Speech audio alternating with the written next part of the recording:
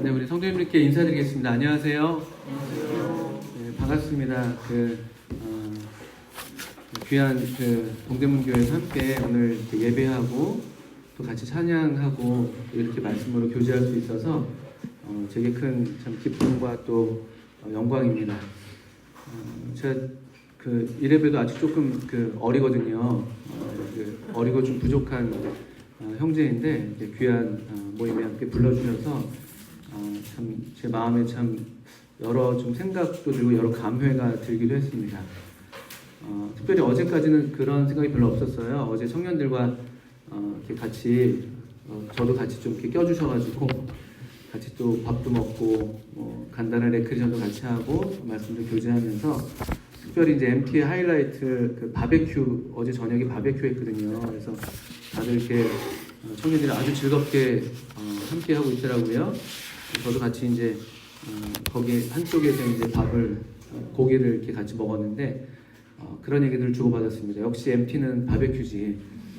바베큐 없으면 MT 아니다. 이런 나름대로 얘기들을 하는 거 봤습니다. 아주 좋은 시간들을 보냈고 청년들은 어제 밤에도 인근으로 나가서 이게 되게 주변이 오시면서 깜짝 놀라셨죠. 이렇게 좋은 데가 있나 하셨을 텐데 또 밤에 또 나가셔서 이렇게 산책도 하시고 그러시는 걸로 제가 알고 있습니다. 어떤 청년은 호기롭게 고라니 잡으러 가자 이런 얘기를 하면서 나가는 걸 제가 듣고 이제 저는 이제 방으로 들어왔는데 장난감총 들고 가시면서 그랬던 걸로 제가 기억합니다. 너무 좋은 시간들 청년들과 함께 보냈고 오늘 제가 아까 이제 우리 사회수장님 말씀하셨는데 이제 어른 성도님들이 막 이렇게 오셨잖아요. 그러면서 제가 좀 마음이 약간의 감회 이렇게 막 부담되거나 좀 어렵거나 그런 것보다 좀 감회가 좀 남다른 마음이 있었습니다. 왜냐면은 우리 형제자매님 잘 모르실 수 있습니다만 제가 어릴 때부터 서울 북부교회에 있었습니다. 그때 이름이 이제 동대문 교회였고 그리고 제가 어릴 때 우리 김선호 형제님이나 우리 김리다 자매님이 두 분께 제가 특별한 어린이는 아니었겠습니다만 그래도 제가 어릴 때 두 분이 함께 하셨던 모습이 좀 떠올랐습니다. 그리고 제 기억이 맞다면 제가 중학교 1학년이 되던 해였나 88년도인가 그때 김선호 형제님께서 이제 선교 훈련을 가셨던 때인지 잠깐 오셨을 때 어떻게 되시나요, 형제님? 기억이 잘 안 나죠. 요즘 저희 국감에서 많이 듣는 얘기 같습니다. 어쨌든 제 기억이 맞다면 88년도 중학교 1학년 학생 MT였어요. 학생 MT였는데 그때 오셔서 그런 말씀을 하셨습니다. 저희들한테 어린 학생들에게 질문하셨어요. 공부를 왜 하냐? 이런 질문을 하셨습니다. 그 애들이 제일 듣기 싫은 질문인데 그런 질문을 하시더라고요. 공부를 왜 하냐? 그래서 이제 어릴 때부터 저도 이제 교회에서 좀 잔뼈가 굵었으니까 대답은 할 수 있었죠. 하나님의 영광을 위해서 한다고 대답은 할 수 있었지만 근데 그게 제 대답이 아니어서 말을 안 하고 있었는데 그때 우리 형제님께서 바로 그 대답을 또 이렇게 해주셨습니다. 하나님의 영광을 위해서 하는 것이다. 그래서 그때는 잘 동의가 되지 않았는데 어린 나이였기 때문에 그런데 그게 정말 참 맞구나. 공부를 하든 무엇을 하든 정말 하나님의 영광을 위해서 하는 것이구나 이런 것들을 배웠던 그 순간에 못 배웠지만 그 순간이 제 기억에 되게 아주 선명하게 남아 있습니다. 그리고 이제 또 이렇게 주님이 부르심의 길을 가셨던 기억이 있고 또 그런 좀 생각이 들어서 제가 이 어른들 제가 특별히 아는 어른들 앞에서 이렇게 말씀을 나눈다는 게 조금 이렇게 그런 면이 있습니다만 또 참 감회가 남다르고 또 참 감사가 되기도 하고 그런 마음이 있습니다. 또 빚진 바가 많이 있는 것이죠. 두 분에게 아까 말씀드렸지만 제가 특별한 학생 어린이는 아니었겠습니다만 그렇게 교회 안에서 그냥 어릴 때부터 자라면서 알게 모르게 제가 받았던 그런 은혜가 얼마나 컸겠는가. 또 우리 어른들이 우리 지금도 그렇잖아요. 어린이들 얼마나 기뻐하시고 즐거워하시고 또 머리라도 한 번 더 쓰다듬어 주시고 그런 이제 사랑과 격려의 마음들을 주시는 것인데 저도 참 그렇게 컸겠구나라는 생각이 좀 들어서 좀 감회가 좀 있었습니다.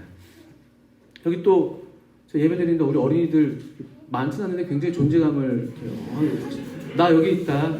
우리 동대문교회 가족에서 내가 주인공이다. 거의 이런 느낌으로 그 노래 잘하는 어린이, 야, 와, 이미 유명한 거 맞죠? 야, 놀라지도 않으시더라고요. 저는 와, 막 너무.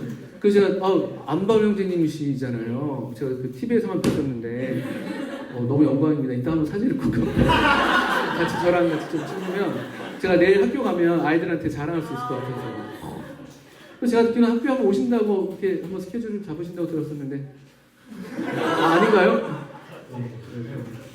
잘 모르시는, 본인은 모르시는데 학교에서만 그런 풍문이 돌았었습니다. 교장 선생님께서 안바울 형제 한번 와야지 막 이러면서 어쨌든 그 들으면서 야, 국가대표 이상이다. 이 친구는 영적 신동이구나 이런 생각이 좀 들었고 그리고 또 제 옆에 레나 동생 리엘인가요? 리엘이 그렇죠? 리엘이 옆에 앉아가지고 뽀로로한테 귤을 먹이는 모습이 너무 하나님의 마음같이 느껴졌습니다.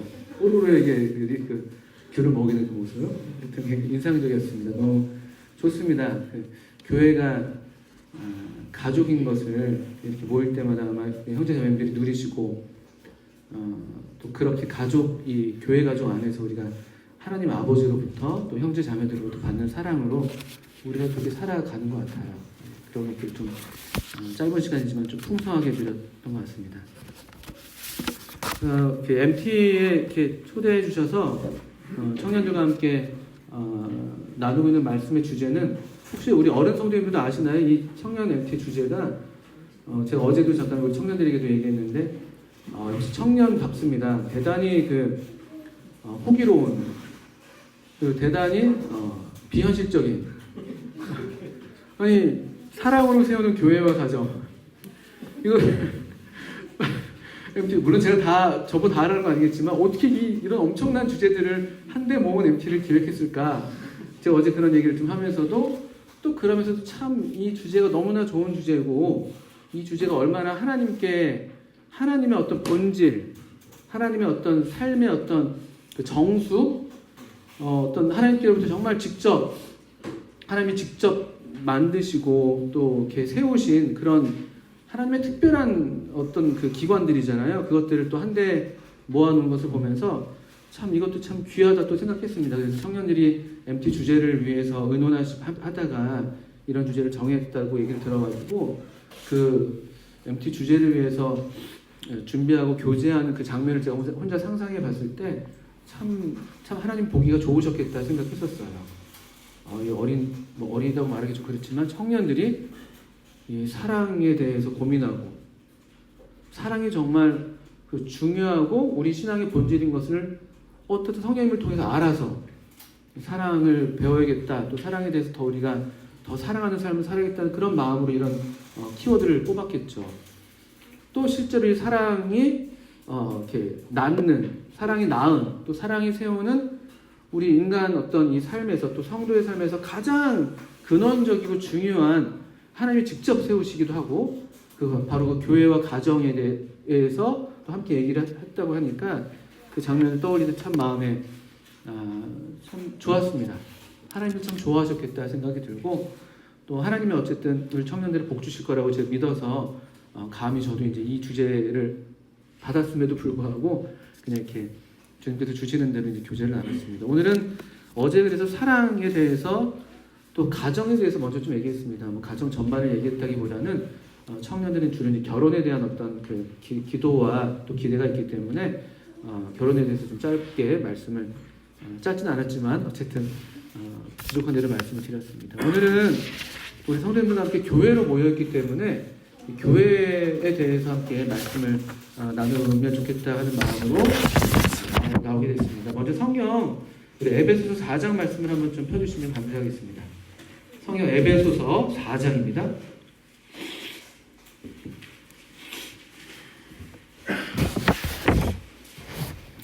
신약성경 312쪽에 있습니다.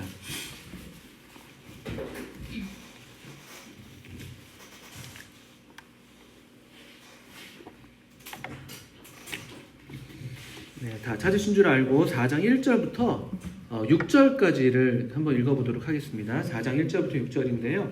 제가 읽겠습니다. 성도님들 같이 눈으로 또 같이 읽으시면서 또 마음에 와닿는 말씀들을 또 한번 기대하셔도 좋을 것 같습니다. 4장 1절부터 읽겠습니다.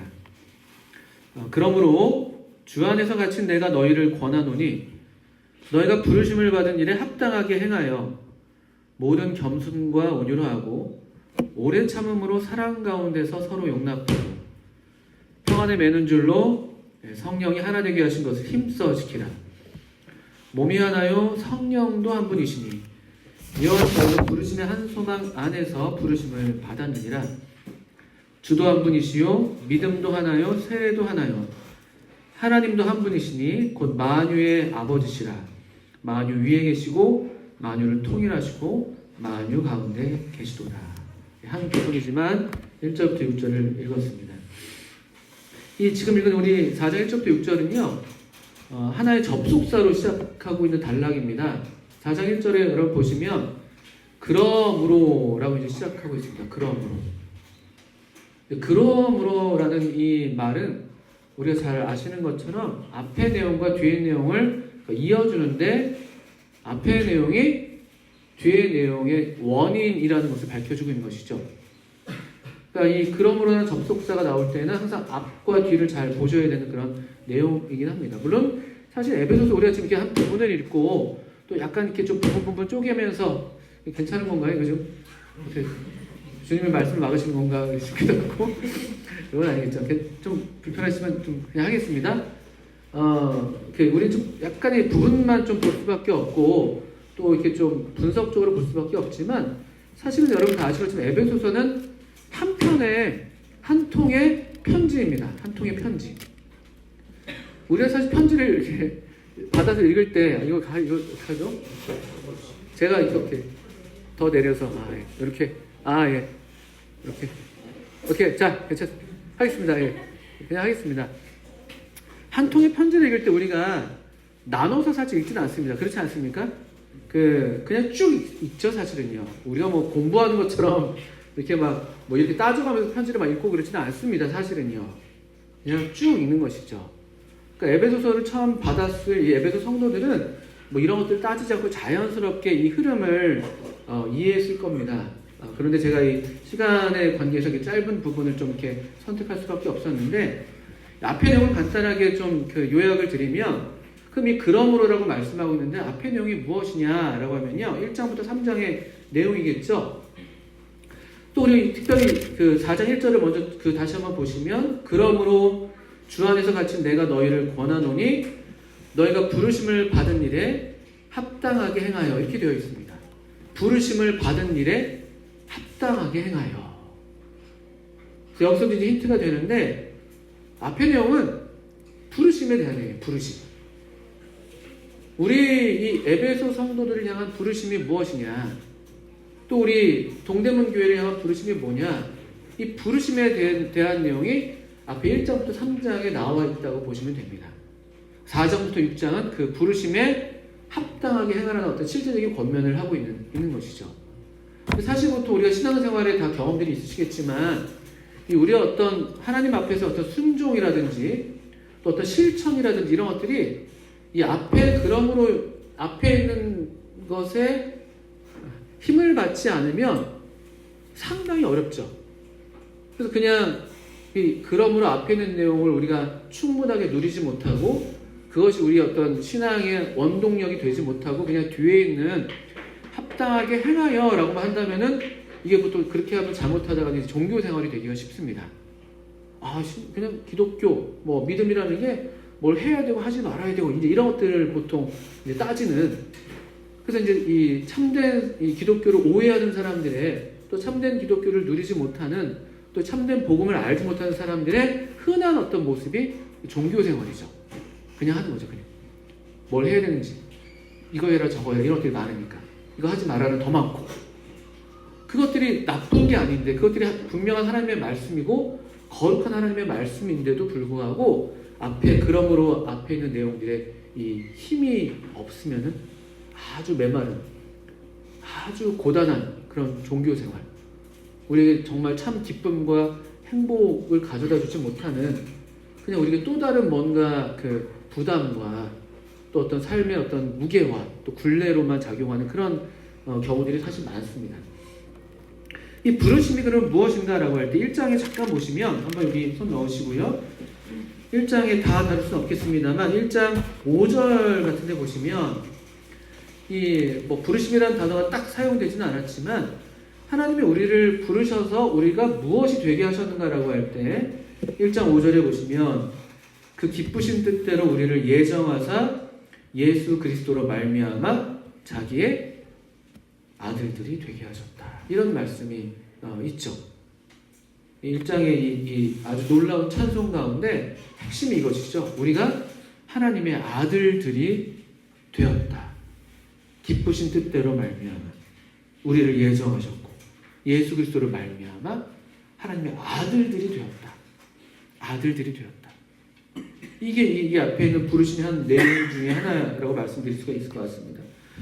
또 조금 더 뒤로 넘기지만 2장 같은 데서는 어떤 것이 있겠는가 보면 2장 우리가 잘 아시는 것처럼 2장 5절 이후로 한번 보시면 4절부터 한번 볼까요? 긍휼이 풍성하신 하나님이 우리를 사랑하신 그 큰 사랑을 인하여 허물로 죽은 우리를 그리스도와 함께 살리셨고 너희는 은혜로 구원을 받은 것이라. 또 함께 일으키사 그리스도 예수 안에서 함께 하늘에 앉히시니 이는 그리스도 예수 안에서 우리에게 자비하심으로 그 은혜의 지극히 풍성함을 오는 여러 세대에 나타내려 하십니다. 여기 우리를 그리스도와 함께 살리셨고 함께 일으키시고 함께 하늘에 앉히셨다는 그런 부르심의 내용이라고 할 만한 그런 것들을 우리가 볼 수가 있습니다. 그리스도와 함께. 이게 맞는 말이죠. 아까 1장 5절에서 우리가 하나님의 아들들이 되었다는 것은 하나님의 아드님이 원래 누구십니까? 독생하신 아드님. 한 분이신 아드님. 원래. 한 분이신 아드님. 우리 예수님. 근데 우리가 그분 하나님의 아들들이 되었다는 것은 그 예수님과 함께 아들의 특권을 누리는 그런 위치에 있는 것을 볼 수가 있는 것이죠. 함께 살리셨고 함께 일으키셨고 함께 하늘에 앉히셨다. 아주 놀랍습니다. 그리고 이런 우리를 가리켜서 2장 10절을 보시면 이런 말씀이 있습니다. 우리는 그가 만드신 바라 그리스도 예수 안에서 선한 일을 위하여 지으심을 받은 자니 이 일은 하나님이 전에 예비하사 우리로 그 가운데서 행하게 하려 하십니다. 여기 우리는 그가 만드신 바다. 우리를 부르셨는데 우리를 그냥 이렇게 쓰레기들 막 모아다가 또 다른 쓰레기 버리는 저 시중에다 버렸다는 게 아니에요. 우리 쓰레기 같은 우리들을 하나하나 한 조각도 다 모으셔가지고 여기 2장 10절에 보시는 것처럼 그가 만드신 바다. 이게 작품이라는 단어입니다. 작품, 걸작품. 그래서 새 번역 같은 데서는 우리는 그가 만드신 작품이다. 이렇게 번역하게 됐습니다. 또 여기에 중요한 헬라어 단어가 사용되어 있는데요. 원래 이 사용됐던 단어는 포이에마라는 단어입니다. 포이에마. 여기에서 영어 단어 포임이 나왔다고 합니다. 포임. 영어 단어 포임은 시입니다. 시 좋아하시나요? 시? 표정이 별로 안 좋으시네요. 시시한 소리 한다. 죄송합니다. 이런 느낌인데요. 저는 이제 학교에서 국어를 가르칩니다. 그렇게 안 생겼죠. 근데 국어를 가르치는데요. 시 좋아합니다. 포임, 시에서 또 시뿐만 아니죠. 예술가들이 어떤 예술 활동을 할 때 어느 하나 허투루 하는 것이 없습니다. 모음 하나, 자음 하나, 시만 놓고 보면요. 모음 하나, 자음 하나, 글자의 배치, 행의 배치, 연 구분, 마침표 찍네 만에, 연결 어미를 고를 쓸까, 니를 쓸까. 예를 들면 그런 것처럼요. 이 하나님의 우리가 하나님의 걸작품이라고 말한다고 하는 것은요. 저와 여러분이 이 먼지 같은 저와 여러분이라 할지라도 하나님께는 너무나 소중한 이 예술가 하나님께는 너무나 의미 있고 가치 있고 우리가 하나 빠지면은 사실 그 작품이 완성되지 못하는 어떤 의미에서는 그런 말씀을 하시는 것입니다. 여기 또 사용된 중요한 동사가 있는데요. 2장 10절에 보시면 우리가 읽었습니다만 선한 일을 위하여 지으심을 받았다라고 되어 있습니다. 지으심. 선한 일을 위한 지으심을 받았다. 지으셨다. 이 단어가 하나님을 주어로만 사용하는 단어입니다. 동사입니다. 하나님의 창조행위예요. 창조행. 이 사도 바울은 에베소 편지를 쓰면서 지금 하나님의 창조의 어떤 장면을 떠올리고 있다고 생각하시면 좋습니다. 그냥 물론 이제 에베소 성도들을 향해서 실제적인 어떤 권면들을 할 필요가 있어서 편지를 쓰기 시작했지만 그 마음 가운데 성령님께서 그에게 계시의 정신을 주시고 또 그의 마음을 감동하셨을 때 제가 보기에는 사도 바울의 어떤 이 생각 가운데 창조의 어떤 장면들을 염두에 두지 않았겠나 생각해요. 왜냐하면 사용된 단어들이 그래요. 여기 이 단어도 그렇고 우리는 그의 만드신 바다 또 선한 일을 위하여 지으심을 받은 자다. 하나님의 창조 행위를 가리키는 그런 동사를 일부러 쓰고 있는 것이죠. 여기 또 어떤 단어 이것과 관련해서 또 생각할 만한 게 2장 15절을 보십시오. 15절. 이 이방인과 유대인들, 에베소 성도들은 이방인들로 주로 구성되어 있었죠. 사실은 이 하나님의 언약에 대해서 또 약속에 대해서는 외인이고 바깥에 있었던 사람들이었는데 하나님께서 복음으로 말미암아 우리 아드님으로 말미암아 이 에베소 사람들 이방인들을 이 유대인들과 하나가 되게 했습니다. 이방인들로 유대인화 시킨 게 아니에요. 유대인과 이방인이라는 두 재료를 가지고 뭔가 하나를 만드신 거예요. 그게 2장 15절에 나와 있습니다. 법조문으로 된 계명의 율법을 폐하셨으니 이는 이 둘로 자기 안에서 무엇을 지었다고요? 한 세 사람을 지었다. 여기 지었다는 단어가 또 똑같은 단어예요. 사람을 지으셨어요. 사람을 짓는 지으신 이 하나님의 창조행위가 창세기 1장에 우리가 잘 아시는 것처럼 어제 우리 청년들보다 나눴던 그 말씀들이죠. 사랑, 가정, 교회는 그런 면에서 정말 하나님께 아주 직접적으로 연관되어 있는, 직접적으로 관련되어 있는 아주 중요한 하나님 어떤 영원한 어떤 목적, 하나님의 영원한 계획의 핵심이에요. 핵심. 가정과 교회. 다시 더 핵심은 가정 역시도 가정 자체가 목적이 아니죠. 하나님의 영원한 계획 속에서는 우리 에베소서에 보는 것처럼 가정조차도 그 무죄한 가정조차도 이 교회를 향한 하나의 그림자랄까요? 그렇게 하나님은 의도하신 것으로 보입니다. 첫사람 아담을 지으셨던 그 하나님께서 여기 유대인과 이방인을 자기 안에서 이 둘로 한 세 사람으로 지으셨어요. 완전 새로운 창조예요. 새로운 창조입니다. 또 잠깐 여기서 손을 넣으시고 1장 20절 보시면 22절 1장 20절을 보시면 우리 예수님에 대한 말씀인데요. 또 만물을 그의 발 아래에 복종하게 하시고 그를 만물 위에 교회의 머리로 삼으셨느니라. 교회는 그의 몸이니 만물 안에서 만물을 충만하게 하시는 이의 충만함이니라. 만물이라는 단어를 많이 사용하고 있습니다. 근데 창조 세계를 이해하시면 됩니다. 예수님을 가리켜서 22절을 보시면 만물을 그의 발 아래, 만물이 예수님의 발 아래 있게 하셨다는 거예요.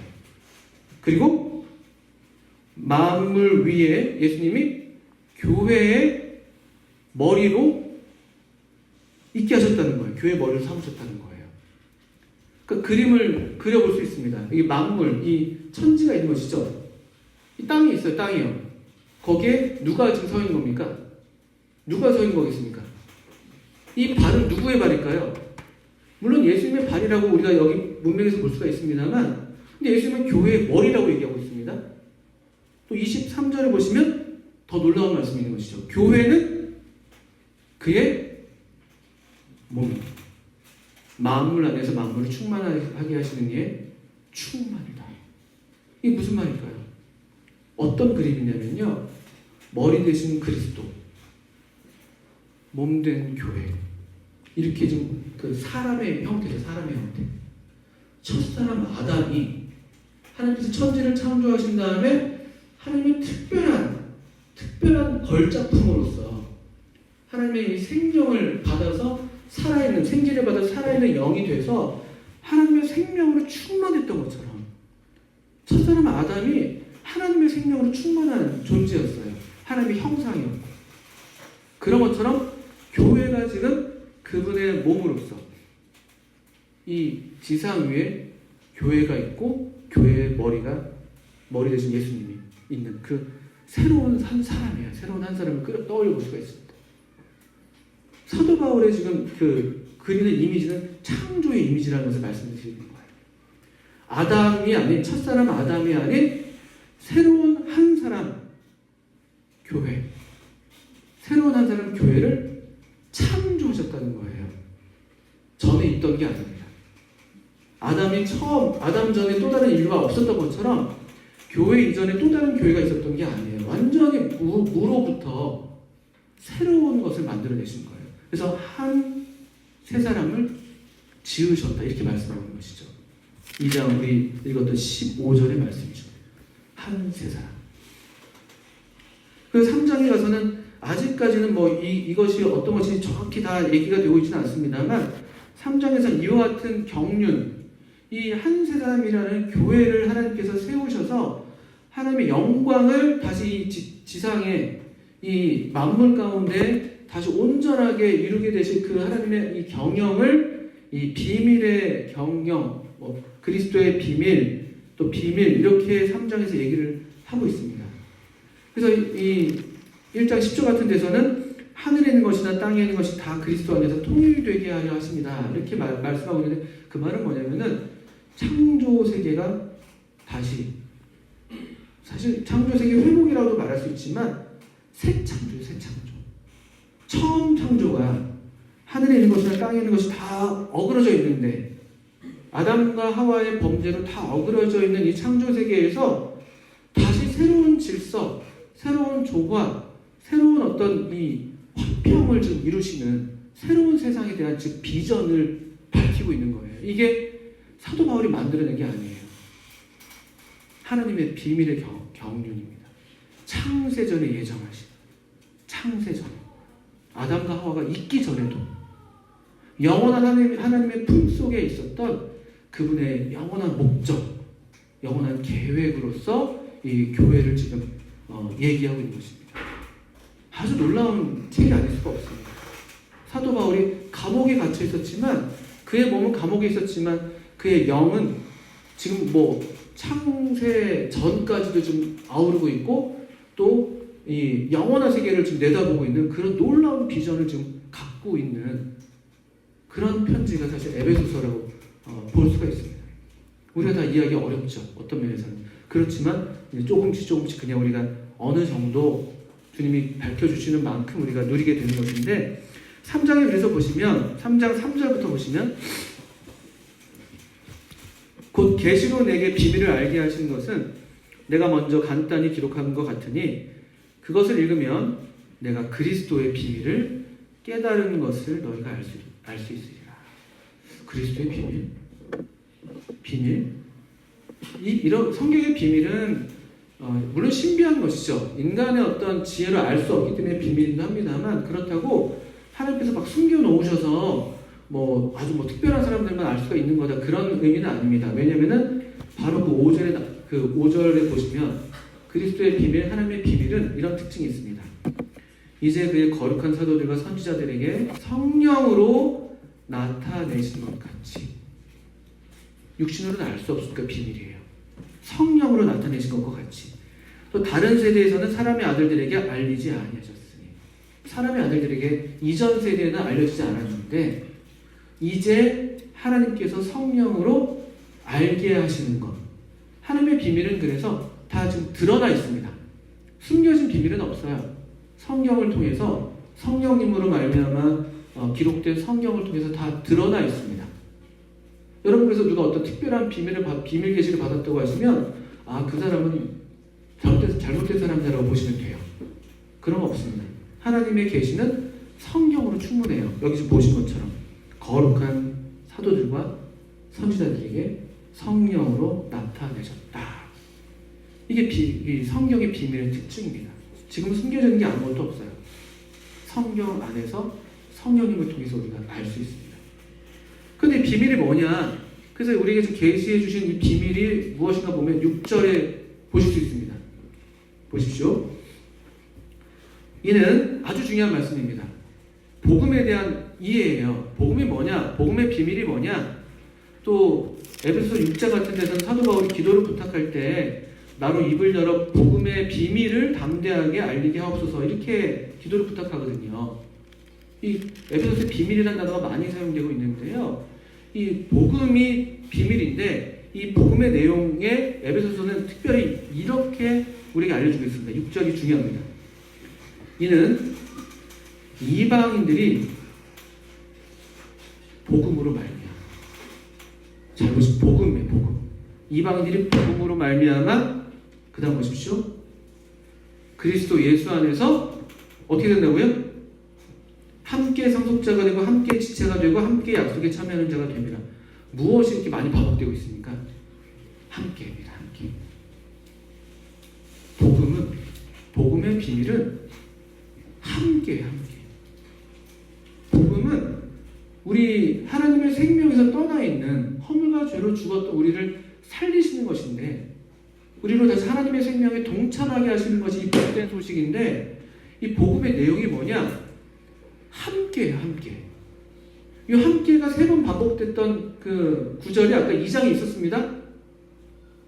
어떻게 있었습니까? 허물로 죽은 우리를 그리스도와 함께 살리셨고 함께 일으키셨고 함께 하늘에 하십니다. 삼중적인 함께가 2장에 나온 것처럼요. 거긴 그리스도와 함께였어요. 그리스도와 함께가 2장에 있다면은 3장의 이 복음은 누구와 함께일까요? 그러면요. 그리스도 예수 안에서 이방인들이 유대인들과 함께 유대인화 된 게 아니라 함께 그래서 세 사람이 된 거예요. 함께 상속자가 되고 함께 지체가 되고 함께 약속에 참여를 해요. 복음의 본질, 하나님 생명의 본질은 계속 우리 청년들에게도 말씀드렸지만 함께 있어요. 함께. 하나님의 형상은 창세기 1장 26절 27절에서 우리가 우리의 우리 어떻게 되죠? 우리의 형상을 따라 우리의 모양대로 우리가 사람을 만들고. 감사합니다, 선생님. 그렇죠? 우리가 우리의 형상대로 우리의 모양을 따라 우리가 사람을 만들고. 하나님이 하나님의 특별한 작품을 만드실 때 하나님의 생명으로 충만한 하나님의 생명이 하나도 결여되어 있지 않은 그런 존재로 인간을 만드셨을 때, 사람을 만드셨을 때 하나님의 형상이 무엇입니까? 우리가 사람을 만들고, 그래서 여호와 하나님이 사람을 만들 때 남자와 여자로 창조하시고 1장 27절의 말씀입니다. 창세기 1장 26절 27절 하나님의 형상에 대한 여러 우리가 그 이해를 가질 수가 있습니다만 그 창세기 원 문명 안에서 우리가 보게 되는 분명한 하나님의 형상은 하나님은 우리로 계시는 분이라는 거죠. 우리 함께 요한복음 1장 1절도 그 창세기를 반영하는 구절이잖아요. 태초에 무엇이 계셨다고 요한복음 1장 1절에 말씀하십니까? 태초에 말씀이 계십니다. 이 말씀이 어떻게 계셨대요? 이 말씀이 하나님과 함께 계셨다. 태초에 하나님이 계시는 방식이에요. 함께 계십니다. 이 작은 전치사가 놀라운 그 계시예요. 말씀으로 부르는 아드님 예수님과 또 아버지라고 불리는 하나님 아버지가 함께 계시는 거예요. 함께. 이것이 복음의 내용이에요. 이 복음, 하나님의 생명이 이런 삶의 방식이에요. 그래서 구원받았다고 하는데 물론 하나님과 함께하는 것은 물론이거니와 그런데 성도들과도 함께하자. 함께하는 삶이 없어요? 하나님의 생명이라고 보기가 좀 어렵습니다. 구원받았다고 하는데 하나님과 함께하지 않아요? 교회와 함께하지 않아요? 형제자매들과 함께하지 않아요? 좀 이상한 거예요. 하나님의 생명이 지금 뭐 병들었든지 아주 크게 병들었든지 아니면 정말 하나님의 생명을 이 사람이 소유하고 있는 건가? 우리가 생각해 볼 수 있는 그런 중요한 표지예요. 실제적으로. 그러니까 요한일서 같은 데서 우리 청년들 요한일서 배우고 있다고 들었는데요. 요한일서에서 계속 강조하는 게 이게 어떻게 형제를 미워하는 것? 이게 뭐예요? 미워한다는 건 뭐냐면 네가 없었으면 좋겠어 그런 그거예요. 그거. 그러니까 마태복음에서 주님께서는 형제를 미워하는 것마다 마음에 뭐 하는 거로 말씀하셨습니까? 살인하는 거예요. 네가 없었으면 좋겠어 하는 거니까. 그런 사람은 하나님의 생명이 없는 거예요. 어둠 가운데 있는 거예요. 형제를 사랑하지 않는 사람은 하나님의 생명이 없다. 이런 등식을 아주 단순하지만 아주 확실하게 요한은 얘기할 수 있었던 거예요. 아주 단순하지만. 그게 왜 중요하냐면은 요한일서의 얘기를 또 요한복음이나 요한일서의 좀 배경을 말씀드리면 그때 이 비밀 같은 이런 어떤 하나님의 계시에 대한 대단한 오해가 있었고 어떤 특정한 사람들만이 하나님의 비밀을 깨달았다고 하는 사람들이 있었던 것이죠. 보통 영지주의라고 불리는 어떤 영적인 엘리트들 그룹들이 있었던 거예요. 아주 논리가 그럴듯하고 말들이 그럴듯할 수 있어요. 그리고 정말 어떻게 저런 걸 깨달을 수가 있지? 어떻게 저렇게 말할 수가 있지? 하는 그런 것들이 있을 수가 있는데 사도 요한은 그런 거에 그렇게 개의치 않았어요. 그래서 아주 단순하게 누가 하나님의 자녀야, 누가 하나님께 속한 사람들이라고 얘기할 때 하나님 생명의 본질로 얘기하는 거예요. 하나님 생명의 본질은 하나님 생명은 함께하는 거예요. 삼위일체 하나님이 그러신 것처럼.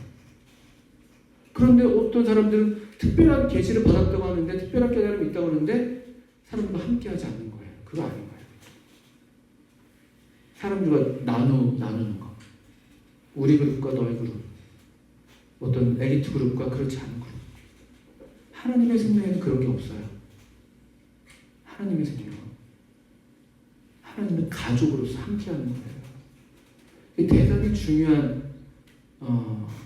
대단히 중요한 성경적인 진리입니다. 요한일서에서 하나님 생명의 표지로서 얘기되는 게 바로 그런 것이에요. 그러니까 사도 요한이 요한일서 편지를 쓰면서 우리가 이것을 너에게 쓰면 너희로 우리와 뭐가 있게 한다고요? 사귐이 있게 하고 특별하게 하고 깨닫게 하고 그런 게 아니에요. 사귐이 있게 하고 이 뭔가 함께하지 못하는 이 껄끄러운 것들 그런 것들을 다시 제하해버리고 우리가 하나님의 생명으로 거듭난 하나님의 자녀라는 가족애로서 가족의 사랑으로서 함께할 수 있다는 것을 그냥 아주 단순하게 밝혀주는 책이에요. 그게 너무나 충분한 것이고 그게 그 시대에 교회가 하나님의 백성들이 하나님의 가족이 가졌어야 될 세상을 이길 힘이었던 거예요. 왜냐하면 오늘날도 비슷합니다. 오늘날도 비슷한데 뭐냐면 하나님의 자녀로 사는 삶이 너무 힘들었거든요. 요한 당시에 세상으로부터 버림받았거든요. 요한복음 9장에 나오는 것처럼 그 날 때부터 눈을 못 봤던 석경이 눈을 떴을 때 그때 이제 이미 결정이 있었잖아요. 출교하기로. 예수님을 믿는 사람들은 유대교로부터 출교한다는 이미 결정이 있었어요. 그래서 그 사람의 부모님은 그거 무서워서 얘기를 못했단 말이에요. 이미 예수님 당시에도 그랬지만 사도 요한 당시에는 출교했어요. 출교. 유대교로부터 출교. 그게 뭐 그래도 되지 뭐 그런 정도가 아니에요. 왜냐하면 유대교로부터 출교는 오늘날 그 무슬림들이 겪는 그런 것과 똑같은 거예요. 무슬림들이 기독교인이 되면 어떻게 됩니까? 거의 테러를 당하잖아요. 완전히 사회로부터 격리가 되는 거예요. 그 무슬림 공동체 안에서 누리는 어떤 무슬림 가족으로서의 특권들을 다 상실하는 거예요. 그런 소극적인 면뿐만 아니라 실제로 테러를 당하기도 하고 똑같습니다. 사도 요한 당시가. 그런 시대에 하나님의 교회 가족이 서로 사랑하는 거. 하나님의 가족이니까. 다른 이유 없이 하나님의 가족이니까. 우리가 하나님께서 새로 만드신 그 아담과 하와가 그랬던 것처럼 우리가 새로운 가족이니까. 그러니까 이 사랑하라는 이 명령, 이 단순한 명령이 보통 명령이 아니고 그들을 살게 하는 명령이었어요. 실제로. 그들마저 서로 사랑하지 않으면 어떻게 되는 건지, 어떻게 되겠습니까? 그들마저 서로 사랑하지 않으면, 교회마저 서로 사랑하지 않으면 살 길이 없어요. 살 길이. 살아갈 방도가 없어요. 근데 거기 안에서 또 뭔가 이런 나눔이 생기고 분열이 생긴다? 사도 요한에게는 견딜 수 없는 일이었습니다. 사도 요한. 이런 맥락을 이해할 수가 있습니다. 3장 6절, 7절을 읽으면서 좀 말씀을 많이 드렸는데 6절 읽으면서 복음의 내용이 함께이다. 하나님의 생명의 본질이 함께다. 함께. 이것을 강조해서 말씀드립니다. 이 성경의 그냥 분명한 진리로 우리가 받을 수가 있습니다. 그 부르심을 이어서 4장에 우리가 읽었던 1절부터 6절이 나오는 거예요. 1절부터 3절까지는 부르심을 받는 일에 합당하게 행하라는 명령을 주고 있어요. 그럼 이 부르심이 뭐냐? 우리를 교회로 부르셨다는 겁니다.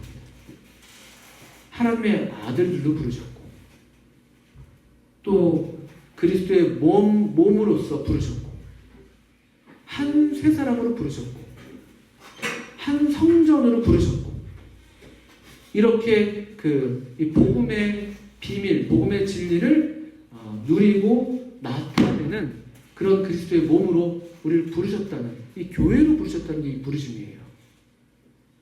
부르심에 합당하게 그렇게 행하라는 거예요. 이 부르심이 보통 부르심이 아닙니다. 다시 창조의 장면으로 돌아가면요. 아담에게 기대하셨던 바로 그 기대가 오늘날 영원 세계에 또 교회를 향한 하나님의 기대라고 보시면 되는 거예요. 아담이 뭘 갖고 있었습니까? 아담에게 하나님의 형상이 있었다고요. 아담에게 하나님의 형상이 있었습니다. 하나님을 볼 수 없어요. 하나님의 영이십니다. 천사들은 하나님을 어떤 식으로든 영적인 존재니까 교통하고 인지하고 있었겠지만 새로 생겨난 피조물들은 동물들이나 식물들이나 이 우주가 하늘이나 땅이나 달이나 별이나 사실 하나님을 볼 수가 없어요. 근데 모든 피조물들이 볼 수 있는 딱 유일한 통로가 창조세계에 있었던 것입니다. 무엇입니까?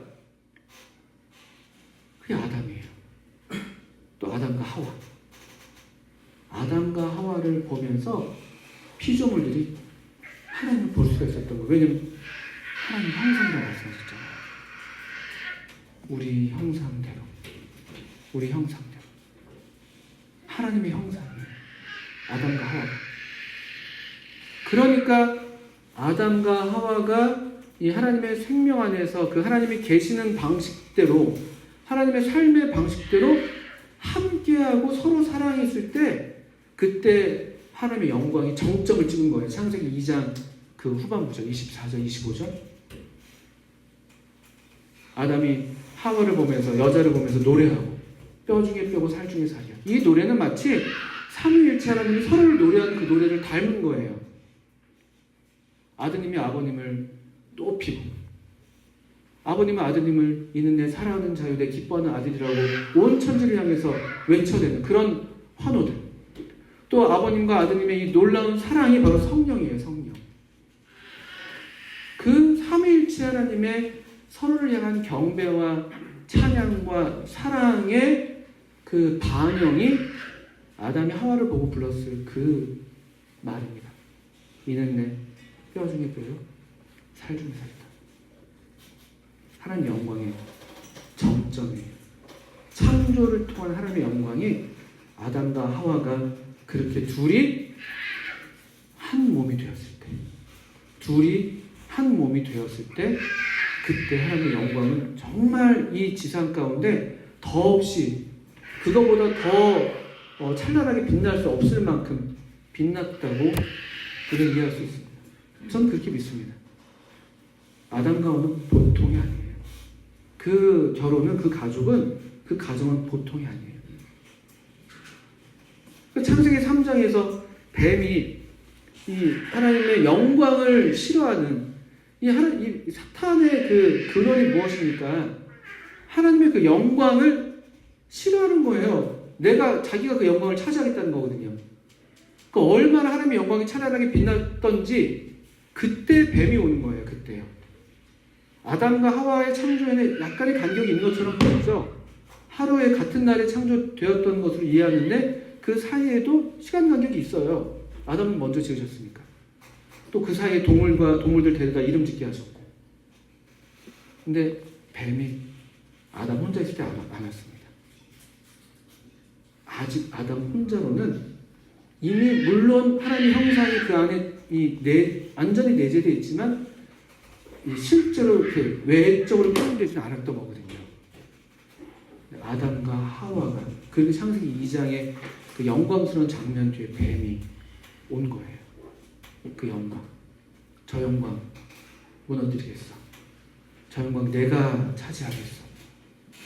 자기가 차지하지 못할지언정 그 영광을 너무 싫어합니다. 이런 이치로 보이는 것이죠. 마찬가지예요. 그런 그 아담과 하와에게 기대하셨던 그 하나님의 이 기대와 목적, 그 하나님의 영광이 그 오늘날 또 영원 세계, 아담과 하와가 이미 지나갔어요. 이미 그 범죄로 인해서 이미 끝났습니다. 이 여전히 우리 하나님의 우리가 누리는 가족 관계가 얼마간 그 영광을 좀 나타내고 있습니다만 온전하지 못하죠. 우리가 하나님의 생명을 충분하게 누리고 있지도 못하고 또 우리가 이 육신을 입고 있는 이 타락한 육신을 입고 있으니까 사랑한다고 하지만 그게 잘 가닿지 않잖아요. 어느 가족이 사랑 안 하는 가족이 어디 있습니까? 사랑하니까 그렇게 지중복고 싸우고 있는 거거든요. 사랑하는데 그게 안 맞는 거죠. 안 맞는 거. 창세기 3장에서 보는 거죠. 근데 이 기대와 목적이 바뀐 건 아니에요. 대체됐다고 말할 수 없습니다. 하나님께서 플랜 B를 세우신 게 아니에요. 가정이 실패했으니까 어떡하지? 아담과 하와가 실패했으니까 좀 다른 걸 만들어 볼까 하신 게 아니에요. 왜냐면은 이 교회는 3장, 우리 에베소 3장을 보시면 3장 9절을 보시면 교회를 향한 하나님의 계획은 아담과 하와 이전에 있습니다. 이 이전이라는 말도 좀 우리식의 언어예요. 우리는 시간 개념을 갖고 있으니까. 이전과 이후의 개념을 갖고 있으니까. 3장 9절 보시면 영원부터 만물을 창조하신 하나님 속에 감추어졌던 비밀의 경륜의 어떠한 것을 드러내게 하려 하십니다. 복음을 가리켜서 사도 바울은 영원부터 만물을 창조하신 하나님 속에 감추어졌던 비밀의 경륜이라고 얘기하는 거예요. 이 복음. 그리스도와 함께하게 하시는 복음. 우리로 하나님의 생명에 참여하게 하시는 복음. 또 우리로 그래서 다른 지체들과 함께 하나님의 자녀로서 하나님의 유업을 누리게 되는 그 복음. 이 교회로서 우리가 누리게 된 이 특권과 이 축복은 영원부터 만물을 창조하신 하나님 속에 감추어졌던 비밀의 경륜이라고 얘기하는 것입니다. 영원부터 하나님 속에 감추어져 있다. 하나님 속에 교회가 있었습니다. 이런 것들을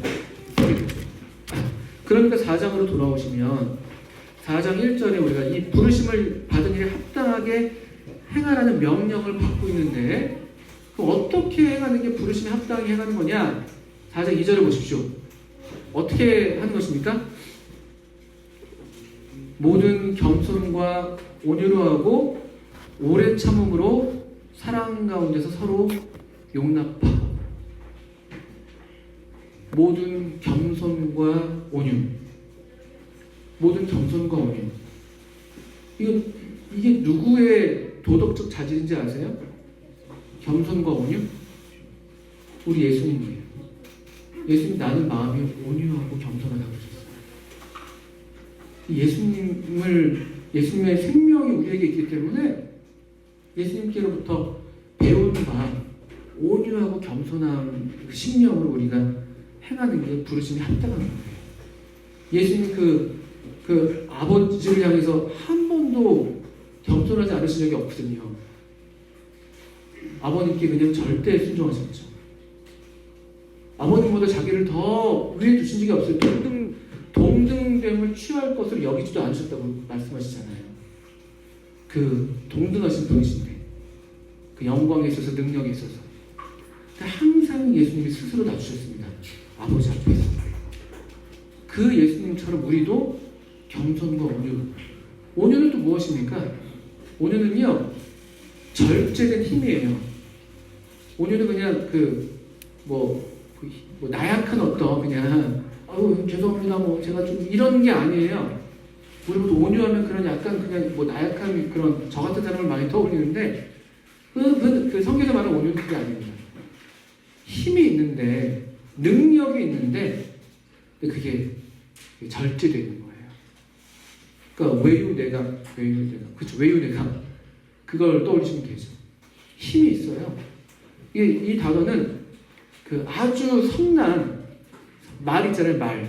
말이 잘 조련되어 있지 않은 말이 아주 얼마나 그 성이 나 있습니까? 얼마나 힘이 있습니까? 근데 그게 잘 조련돼 가지고 어떤 그 사람의 어떤 그 수하에 굴복하는 그런 모습이에요. 온유. 모든 겸손과 온유로 하는 게 그래서 부르심에 합당한 삶입니다. 또 오랜 참음으로 또 사랑 가운데서 서로 용납하는, 이게 예수님, 우리 하나님이 계시는 방식이거든요. 여기서 용납이라는 단어는 근데 사실은 하나님께도 사실 적용되지 않습니다. 용납은 약간 우리가 부족한 것을 받는 거잖아요. 오래 참아주는 거잖아요. 견뎌주는 거거든요. 그렇지만 이것이 얼마가 우리한테는 이 단어가 적절한 것이죠. 왜냐하면 우리가 하나님의 생명을 받았지만 우리 육신 때문에 이것을 온전하게 하나님처럼 누리고 있지 못하는 게 지금이거든요. 우리 연약이 있어요. 우리 부족이 나타나고 상호간에 함께하면서. 근데 그때 받는 거예요. 하나님 아버지와 아드님과 성령님이 그렇게 서로를 기뻐하시고 전혀 어떤 거치는 것이 없게 하시는 것처럼 그게 나한테 사실은 거치는데, 그런데 마치 정말 거침이 아닌 것처럼 하나님이 그렇게 계시는 것처럼, 삼위일체 하나님이 그렇게 계시는 것처럼 그렇게 사는 거예요. 이게 부르심에 합당한 삶입니다. 이게 우리 힘으로 될 일이 아니잖아요. 딱 들어보니까요. 우리 힘으로 될 일이 아니에요. 그래서 어떻게 되어 있습니까? 또 4장 3절에도 물론 우리에게 실제적인 명령이 힘써 지키라고 되어 있고요. 뭘 힘써 지키냐면요. 뭐라고 되어 있습니까? 성령이 하나 되게 하신 것을 힘써 지켜라. 이미 성령님으로 우리가 하나가 됐다는 거, 이게 복음이잖아요. 함께 한 세 사람이 되어 있단 말이에요. 힘써 지켜야 되는 거예요. 아담과 하와도 그랬어야 되는 거예요. 그 하나 됐던 것을 힘써 지켰어야 돼요. 힘써 지킨 건가요? 그래서 같이 범죄하기로 택한 건가? 잘 모르겠습니다만 성령이 하나 되게 하시고 힘써 지키라는 명령이 있습니다. 그런데 제가 또 주목하는 것은 4절부터 6절까지 우리 읽었습니다. 이걸 세 장에 다 설명을 드릴 수가 없습니다. 그래서 제가 시간을 오버했기 때문에 4절부터 6절까지 여러분 보시면 하나라는 게 7번 나옵니다만 더 중요한 게 있습니다. 4절에는 성령님, 우리가 다 한 성령으로 세례를 받아 한 몸이 되게 하셨다는 고린도전서 12장 13절 말씀을 떠올리게 하는, 몸이 하나고 성령도 한 분이다. 성령님. 4장 5절 누가 나오십니까? 주님. 주님이라 불리는 분은 보통 주 예수 그리스도. 신약 성경의 영광스러운 우리 주님에 대한, 우리 예수님에 대한 그 완전한 타이틀이죠. 완전한 풀네임이 주 예수 그리스도입니다. 5절에는 주님이에요. 주님, 우리 예수님. 6절은요? 하나님. 보통 하나님은 그래서 이렇게 구별돼서 얘기할 때는 하나님 아버지를 얘기합니다. 여기 성령님, 주님, 하나님. 삼위일체 하나님이 에베소서 전체를 아우릅니다. 1장부터. 대단히 중요합니다. 이게 부르심이에요. 삼위일체 하나님의 그 사랑과 사귐과 교제 가운데 우리를 초대하신 거예요. 우리도 그 삶을 감히 살게 하시는 게 그게 복음이고 우리가 갖게 된 영생이에요. 영생. 하나님의 생명. 삼위일체 하나님의 이 온전한 사랑과 연합과 삭임을 우리도 누리게 하는. 우리가 그런 존재니까 아담과 하와가 그렇게 처음에 누렸던 것처럼요. 전혀 그 둘이 한 몸이 되었거든요. 부끄러운 것도 없고. 그랬던 것처럼요. 우리도 이미 이 하나님의 생명을 우리가 받고 있는 거예요. 이 생명이 우리가 감히 초대를 받아 있고 여기로부터 우리가 그래서 이 부르심에 합당한 삶이 나오는 거예요. 이 부르심에 합당하게 행하라라는 명령만큼은 안 된다고요. 부르심이 먼저예요. 부르심이. 그 부르심은 삼위일체 하나님의 초대입니다. 저는 우리 동대문 교회 성도님들께 이걸 말씀드리는 것입니다. 삼위일체 하나님을 깊이 묵상하십시오. 그분과 깊이 교제하세요. 하나님과의 교제. 그런 면에서 정말 그 삼위일체 하나님이 서로를 기뻐하시는 것처럼 그렇게 하나님을 기뻐하세요. 우리가 그렇게 돼야 됩니다. 그게 우리의 부르심이에요. 영원한 사귐에 우리를 초대하시고. 아까 우리 한주성 형제님 특송하셨어요. 기억하십니까? 가사를 제가 좋아하는 찬송입니다. 제가 가사를 이렇게 검색해서 제가 해놨어요. 제가 이렇게 읊어드리겠습니다. 주 앞에 살기로 다짐한 우리 믿음 안에 한 가족이 되니 주 앞에 서게 될 그날까지 기쁨으로 섬기며 살아가리. 우리를 가리켜서 우리의 부르심이에요. 믿음 안에 한 가족. 이게 거짓말이 아니에요. 그냥 교회를 향한 그냥 뻔한 어떤 그런 말이 아닙니다. 이게 사실이에요. 이게 진리입니다. 진리. 이 부르심에 우리 합당하게 행하는 거예요. 우리 침례를 받습니다. 우리가 하나님의 자녀로서 교회 가족에 영접할 때 침례를 보통 행하죠. 그렇죠. 다 침례를 받으셨잖아요. 전 잘 몰랐습니다만 성경을 읽다 보니까 침례를 우리 받을 때 누구의 이름으로 침례를 받습니까? 아버지와 아들과 성령의 이름으로 침례를 받아요. 주님의 자녀, 주님의 제자, 제자의 삶, 자녀의 삶, 이 출발점이 무엇인가? 우리가 하나님의 생명으로 거듭났다는 것이 무엇인가? 아버지와 아들과 성령의 이름으로 그 이름과 우리의 이름이 연결되는 것. 그 삼위일체 하나님과 우리가 함께 더불어 사는 것. 거기 삼위일체 안에 우리가 마치 물에 잠기는 것처럼 역시 또 그 삼위일체 안에 우리가 잠기는 것. 그것이 아닌가요? 교회는 그래서 그 부르심 자체가 그냥 함께예요. 함께. 우리 함께 합시다라고 구호를 할 필요가 없어요. 교회는 그냥 함께해요. 원래부터 교회로 부르셨다는 그런 것입니다. 여기에 어떤 것도 틈타지 못하게 우리의 어떤 육신이나 우리의 교만이나 그런 것들이 틈타지 못하게 우리의 어떤 능력이나 내 혈기가 이런 것들이 틈타지 않게 계속 그 부르심을 상기하는 거예요. 그 삼위일체 하나님의 그 계시는 방식이 내 삶의 방식이 되는 예수님의 그 성품이 온유와 겸손이 내 성품이 되는. 그러니까 예배 시간에 주님을 이렇게 우리가 주님을 양식으로 이렇게 취한다 이런 표현들을 많이 쓰셨던 것 같은데 아주 틀린 말이 아니죠. 요한계시록 3장 20절에 보시는 것처럼 주님과 계속 더불어 드시는, 주님과 더불어서 먹고 마시는. 주님 계속 문을 두드리시잖아요. 교회에게 문을 두드리세요. 거기에 응답하는 사람은 개인일 겁니다. 교회적으로 응답하는 것 같지는 않으니까요.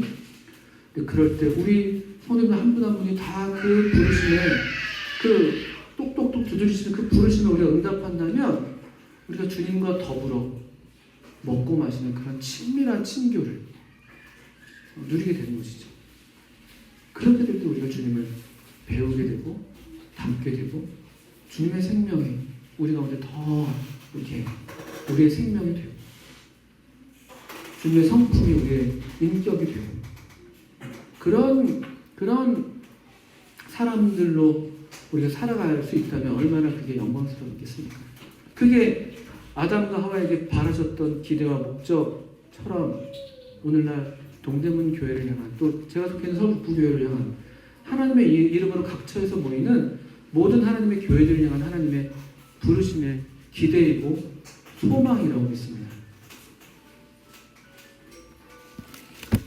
요한복음 1장에는 본래 하나님을 본 사람이 없으되 1장 18절이죠. 하나님 품속에 있는 독생하신 하나님이 나타내셨느니라 이렇게 말씀하십니다. 하나님 본 사람이 없습니다.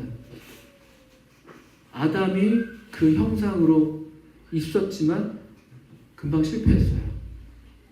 근데 본래 하나님을 본 사람이 없으되 그런데 어떻게 됐습니까? 하나님 품속에 있는 얼마나 이게 친밀한 위치예요. 하나님 품속에 있는 독생하신 하나님 아버지 하나님 품속에 있는 여기 엄마 아버지들이 아이들 품에 안을 때 그 친밀한 그 애정 아주 깊은 애정의 자리예요. 품속에 있는 독생하신 하나님이 이 땅 가운데 하나님을 나타내셨죠. 오늘날은요 똑같은 말을 사도 요한이 합니다. 본래 하나님을 본 사람이 없으라는 말을요 요한일서 4장 한번 마지막에 펴주시죠. 요한일서 4장 똑같은 말을 사도 요한이 해요. 4장 12절 요한복음 1장 18절에서는 본래 하나님을 본 사람이 없으리라고 얘기했는데 요한일서 4장 12절은 어느 때나 하나님을 본 사람이 없으리 같은 말씀이에요. 그런데 어떻게 하나님이 나타나는지 요한복음 1장과는 다른 방식이 이제 요한일서에서 주어지고 있는데요. 어떻게 됐습니까? 만일 우리가 서로 사랑하면 하나님이 우리 안에 거하시고 그의 사랑이 우리 안에 온전히 이루어지느니라. 어느 때는 하나님을 본 사람은 없지만 만일 우리가 서로 사랑하면 그게 또 요한복음 13장에서 그대로 예수님께서 하신 말씀 아닙니까? 새 계명을 너에게 준다고 말씀하시면서 너희가 서로 사랑하면 이로써 모든 사람이 너희가 내 제자이라 한다. 이것만이 하나님의 유일한 그 첫사람 아담에게 기대하셨던 것처럼 오늘날 이 모든 기대와 또 목적과 영광이 교회에게 있습니다. 물론 우리가 지상에 우리가 경험하는 교회가 온전하지 못할 거예요. 그런데 어느 한날 우리가 영원 세계에 들어가게 되면 그때 모든 것들은 다 지나갑니다. 무엇이 영원히 남습니까? 교회가 영원히 남습니다. 둘째 아담 예수님과 더불어서 그 어린 양의 신부로 하와가 그랬던 것처럼 교회가 영원히 남아요. 놀랍습니다. 영원 세계에 걸쳐서 온 우주에 걸쳐서 하나님의 영광이 충만하게 나타날 때 온 세계가 하나님의 영광이 가닿지 않는 데가 없는 그런 날들이 영원 세계일 텐데 그때 저와 여러분이 하나님의 교회로 어린 양의 신부로 그렇게 영광스러운 위치에 정말 하나님의 형상을 전혀 남김없이 흠없이 점없이 그렇게 우리가 영원히 빛날 거예요. 그게 영원한 우리의 소망입니다. 부르심의 소망입니다. 하나님의 영원한 계획이고 목적입니다. 이런 말씀으로 우리 동정교회 성도님들 이렇게 격려해드리고 싶습니다. 또 저도 그렇고 이 교회가 내 사람이다 생각하십시오. 자기 사람을 사랑하실 때 끝까지 사랑하셨다고 하셨는데 동대문 교회로 나를 부르셨다면 여기 속해 있는 우리 형제 자매들이 내 사람이고 내 가족이다. 주 앞에 살기로 다짐하셨다면 믿음으로 한 가족 된 우리를 서로 사랑하는 그 삶으로 사실 때 부르심에 합당한 그런 삶이 되실 것이고, 그래서 부르심에 합당한 그런 교회로 더욱 영광스럽게 우리 동대문교회 하나님 앞에 서게 될 것을 믿습니다. 그렇게 되도록 저도 기도로 응원하겠습니다. 함께 기도하시고 마치겠습니다.